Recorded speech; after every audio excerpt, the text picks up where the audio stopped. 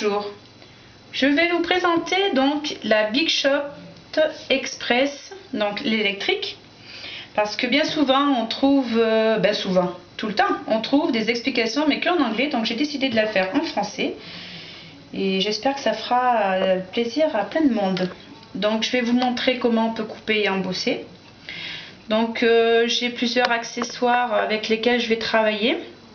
Donc il y a des cutting embossing, Marianne Design, des créatables. Et il faut savoir aussi qu'avec la Big Shot, bien sûr, vous pouvez utiliser les petits accessoires qui vont sur la Cutterbug. Donc voilà. Donc la Big Shot électrique, quand vous l'achetez, elle arrive avec la plateforme, donc qui est essentielle pour tout faire. Donc elle est épaisse, donc on la met dessous. Ensuite elle est fournie avec deux petites plaques transparentes comme ça. Donc moi je les ai gardées. On peut après acheter des plus grandes, aussi grandes que la plateforme, mais bon moi je l'utilise énormément. D'ailleurs la preuve, la deuxième est drôlement bien abîmée. Donc celles-ci, c'est celles qui sont fournies et c'est la base. Mais pour couper et embosser, il vous faut acheter celle-ci. C'est une plaque toute fine. Moi je l'ai trouvée sur internet par mes petites recherches. Donc je vous montre vraiment la référence pour que vous puissiez voir et puis pouvoir chercher. Donc voilà, donc je l'ai trouvé, ça a été assez dur mais c'est bon.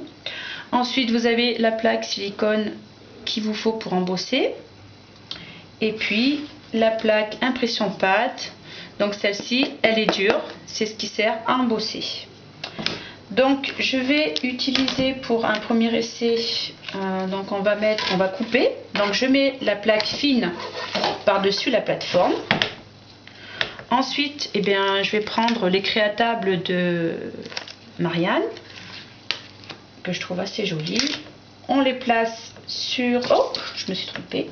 On met la plaque transparente. On met les créatables par-dessus. On met ensuite le papier qu'on veut couper par-dessus. On met la deuxième plaque transparente, donc c'est pour ça qu'elle est toute abîmée. On cale, on appuie et ça se fait tout seul. On récupère de l'autre côté nos créatables, donc ils ont coupé. Hop, voyez, tac tac. On enlève la plaque fine, on la retire, on garde uniquement la plateforme. On repositionne la plaque transparente. Pour embosser, on va mettre donc le silicone par-dessus et notre fameuse impression pad qui va nous permettre d'embosser. On cale et on appuie. Sachant qu'avec la Big Shot électrique, on peut faire aussi bien d'un côté que de l'autre. Et on retire tout ça.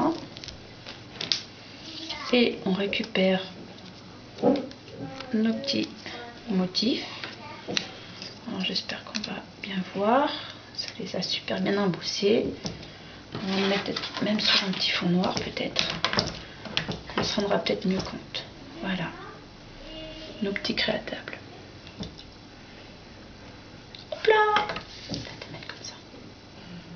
Voilà.